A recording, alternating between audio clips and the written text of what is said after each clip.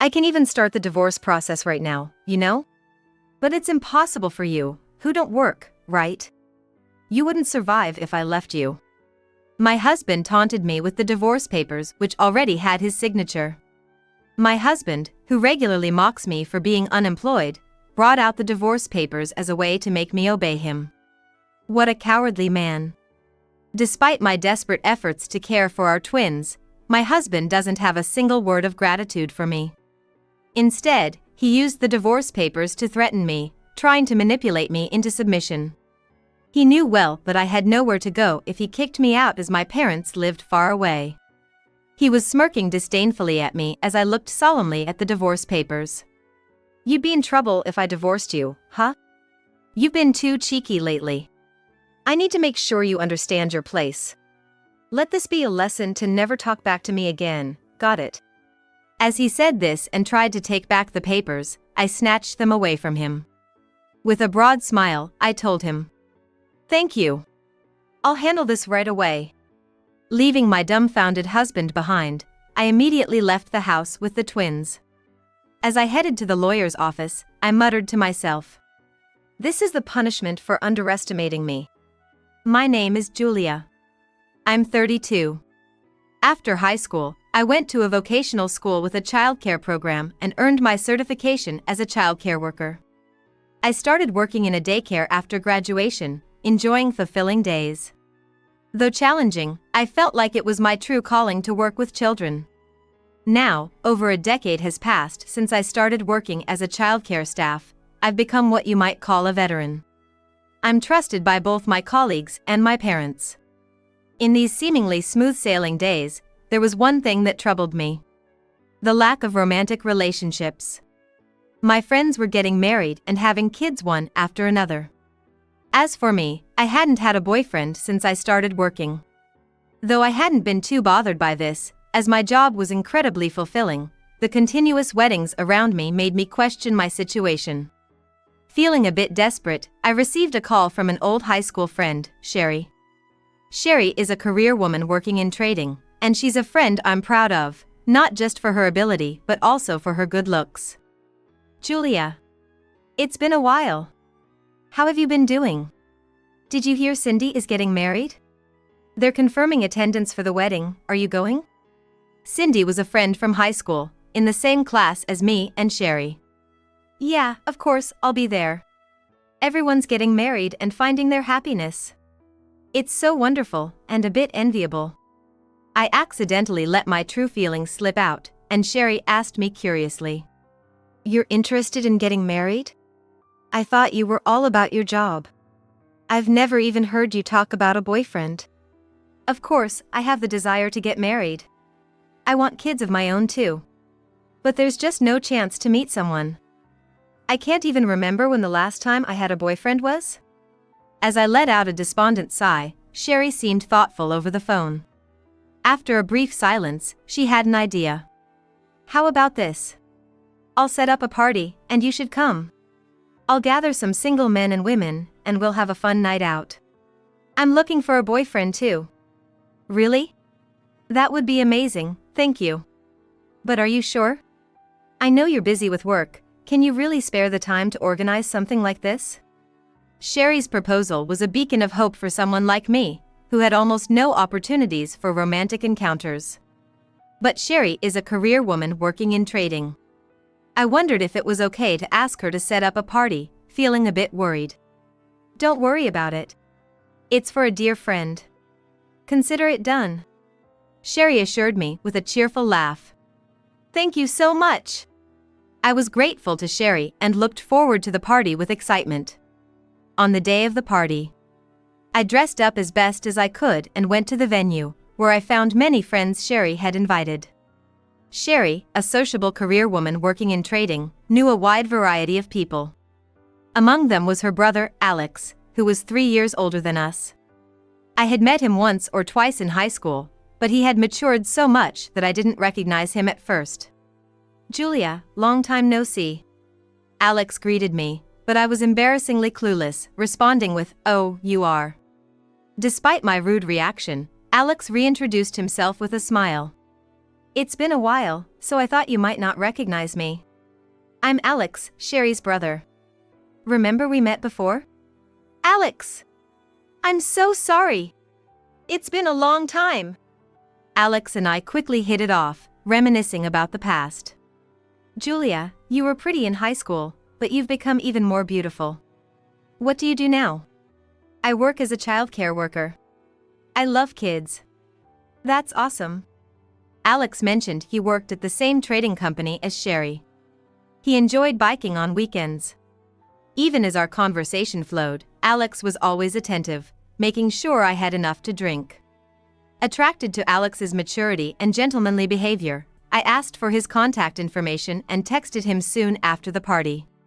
After a few dates, we started dating. Sherry was thrilled for us.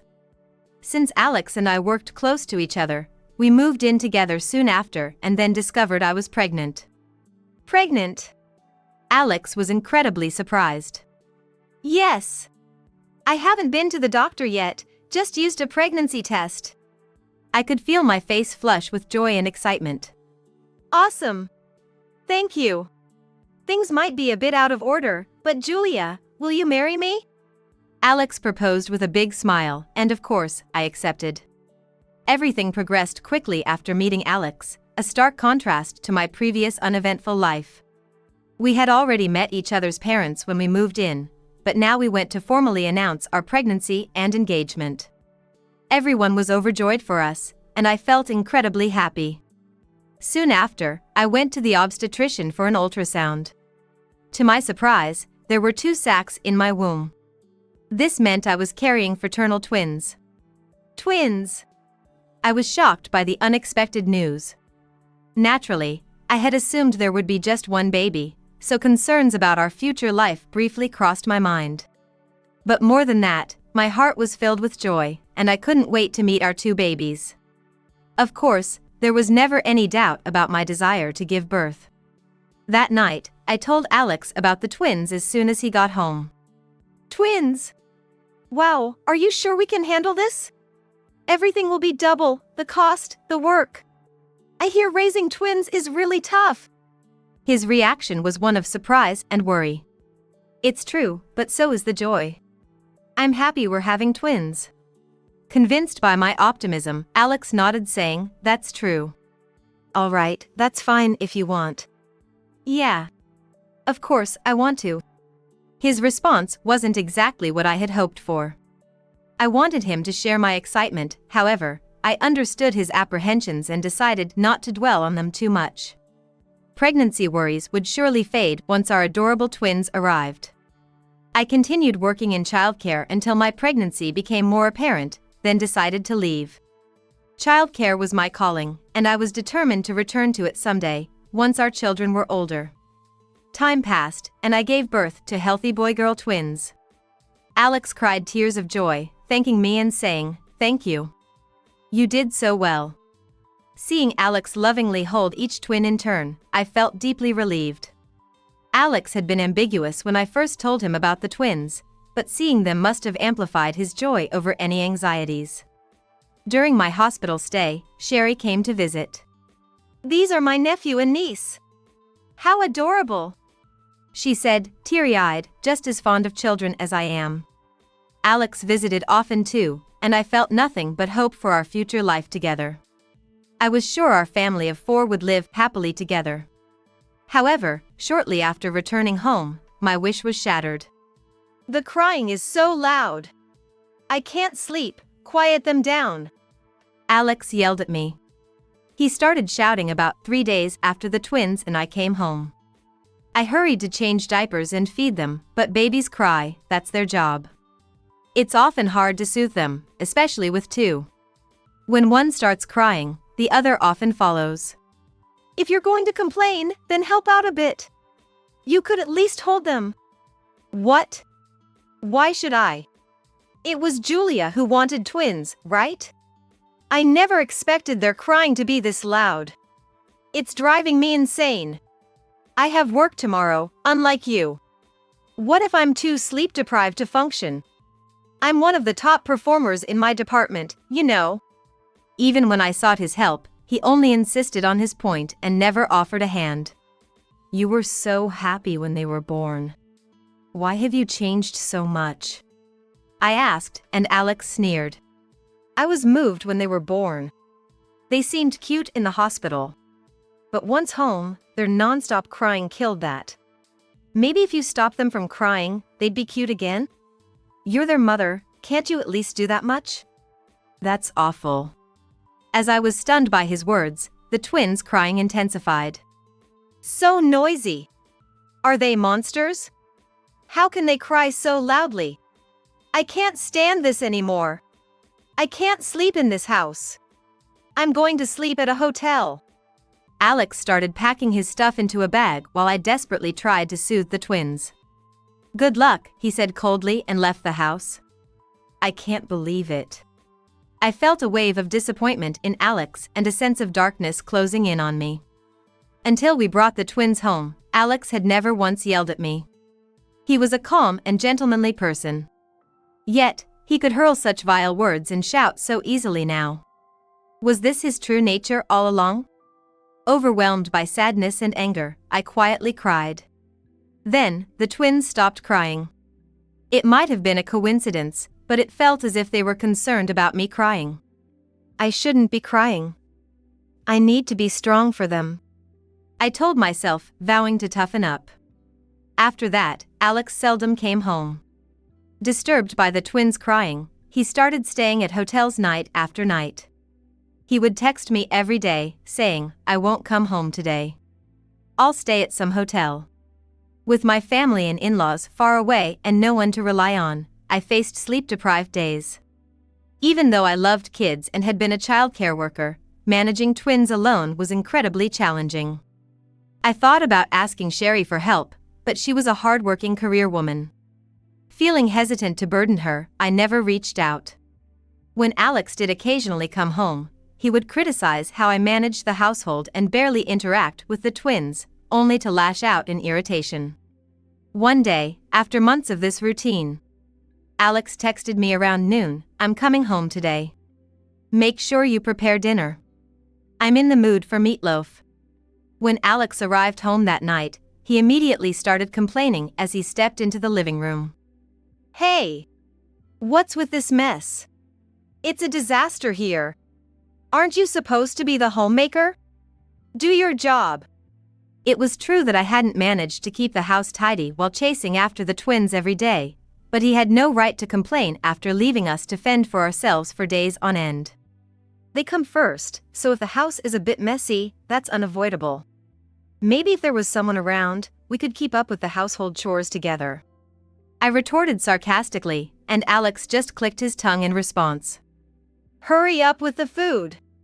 I'm tired and hungry from work. Go wash your hands first. I replied calmly, and Alex stomped off towards the sink with heavy footsteps. While he was washing his hands, I laid out the deli food I had bought from the grocery store on the table. The twins had been fussy all day, and there just wasn't time to cook a proper meal. I knew Alex would complain, but there was no other option since I couldn't find time to cook. When he finished washing his hands and saw the table, he exploded as expected. What's this? Why isn't it homemade? This is a joke. And I said I wanted meatloaf. Where is it? Don't yell. I didn't have time to cook today. They didn't have meatloaf at the deli, so I couldn't get any. Alex scoffed at my explanation. What do you mean you didn't have time? Busy trying to look busy while being jobless, huh, leech? My mom managed to cook delicious homemade meals every day while raising me. Stop making excuses. Your mom is indeed wonderful, but she didn't raise twins. My mother-in-law is efficient and kind to me, a genuinely good person. My father-in-law is just as kind, and I really like my in-laws. When visiting them, I often see my father-in-law helping with household chores, so they probably supported each other in chores and childcare all along. Comparing me to my mother-in-law felt unfair given our different situations. If you're going to compare me to her, then act more like your father. Don't talk back. You're failing as both a wife and a mother. That's not fair. If you came home every day and helped with the housework and childcare, I could keep the house cleaner, and we could have homemade meals. Stop complaining when you don't help at all. I pleaded desperately. I have work, so it's impossible. Housework and childcare are women's jobs, right? Besides, the only reason you can live is because of me. You couldn't survive without me, yet you act all high and mighty. With that, Alex smirked as if he had thought of something. Then retreated to the bedroom and didn't come back for a while. Curious, I peeked into the bedroom and found him rummaging through a shelf. Found it, he exclaimed, holding a piece of paper. As he handed me the paper with a grin. This is a divorce paper, I murmured as I stared at the paper. Yes, the paper he had was a divorce paper. It already had his signature. Go ahead and file it if you can, he sneered, continuing to hold out the paper. Yeah, figured as much, huh? You, being jobless, couldn't live if I left you, right? Let this be a lesson, and never talk back to me again. Got it? As he said this and tried to take back the divorce paper, I snatched it away from him. Then, with a broad smile, I said, "Thank you. I'll handle this right away." What? Stunned, Alex watched as I signed my part. Taking the twins with me, I left the house. Alex seemed unable to grasp the situation, just staring blankly as I walked out. True to my word, I went to the lawyer's office and proceeded with the divorce. Just like that, my marriage to Alex was abruptly dissolved. After leaving the office, I made a call to someone. Hello? Julia, what's up? Is there some progress? I could hear Sherry's concerned voice over the phone. I had called Sherry. Yeah, actually. I told her about my divorce from Alex and that she had agreed to let me stay at her place for a while.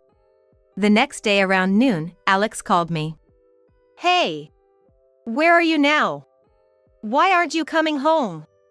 Being jobless and without money, you have nowhere else to go, right? I was fed up with Alex yelling right off the bat.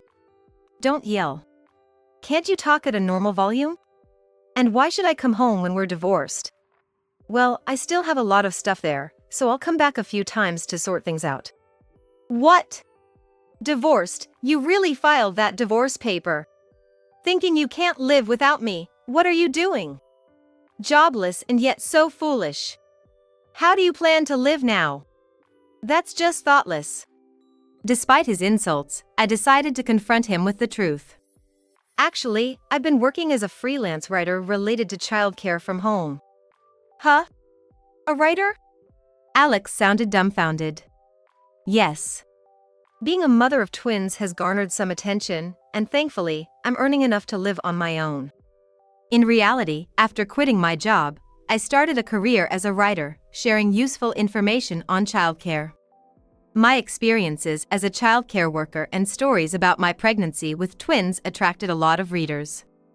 After giving birth, sharing my real-life twin parenting experiences garnered a lot of responses. Being good at drawing, I also posted many illustrations, which seemed to draw more interest. This has thankfully provided me with a stable income. When did you start doing something like that? Faced with the truth, Alex was stunned. I never realized I had a talent for writing while I was a childcare worker, but you never know what you're good at until you try. Writing and drawing are really fun for me. Writing has become a great way for me to unwind while taking care of the twins. Though the twins don't sleep at the same time very much yet, if I focus during the brief moments they do, I can work quite efficiently. So, you weren't jobless, then you're really going through with a divorce? We're already divorced. I filed the papers yesterday. Didn't I just say we're divorced? Are you even listening? As I spoke, exasperated, Alex raised his voice. This is a joke. I didn't agree to a divorce. You can't just file the papers unilaterally. This is unfair. What are you talking about? You signed the divorce papers yourself. Saying you didn't agree to it now seems a bit far-fetched. That was supposed to be a threat. Because you were being insolent. I never thought you'd actually file them. Go to the office now and tell them the divorce was a mistake. Sighing at Alex's ranting, I replied coldly. You didn't want to divorce me that badly? I didn't know. I thought you wanted to remarry your affair partner. At the mention of an affair, Alex seemed to gasp over the phone. He fell silent. Oh? Gone quiet? What happened to all that bluster? What are you talking about? I have an affair. I have no idea what you're talking about. As Alex tried to feign ignorance, I pressed on. You think I don't know anything? I have plenty of evidence of your affair. It's pointless to deny it. I have several photos of you entering a hotel arm in arm with a young, cute girl. You jerk. Although I intended to remain calm, I got emotional as I spoke. Why do you have that? And hey, calling me a jerk, do you think that's okay? Take it back. That's the truth, isn't that? Did you really think you weren't a jerk? That's surprising. A man who doesn't help with housework or childcare, yells all the time, doesn't come home, and cheats. Why exactly is such a man not a jerk? I'd love to know. Then, Sherry, who was beside me, spoke up to Alex. I had the phone on speaker the whole time. Alex. It's me. What? Sherry? Wait, Julia is at your place now. Hey Sherry! Tell her to come home. She won't be going back to you. You're divorced now, which makes Julia and you strangers. Alex, you're truly the worst. I've heard everything about your awful behavior from Julia. I'm utterly disgusted. Initially, I refrained from contacting Sherry, who was busy at work when I just returned home from the hospital. However, after she reached out to me, and feeling at my limit, I confided everything to Sherry. Alex's verbal abuse, his lack of participation in childcare and household chores, his frequent absences. I also shared my suspicions of his infidelity with her. Alex always seemed to be staying at some hotel, but I had a feeling he wasn't alone.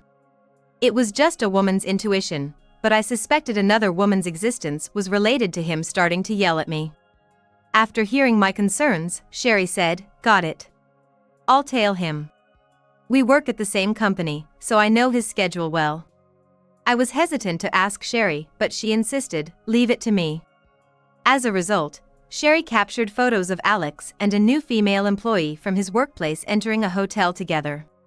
Sherry wanted to confront him immediately, but I asked her to wait until the right time to bring up divorce.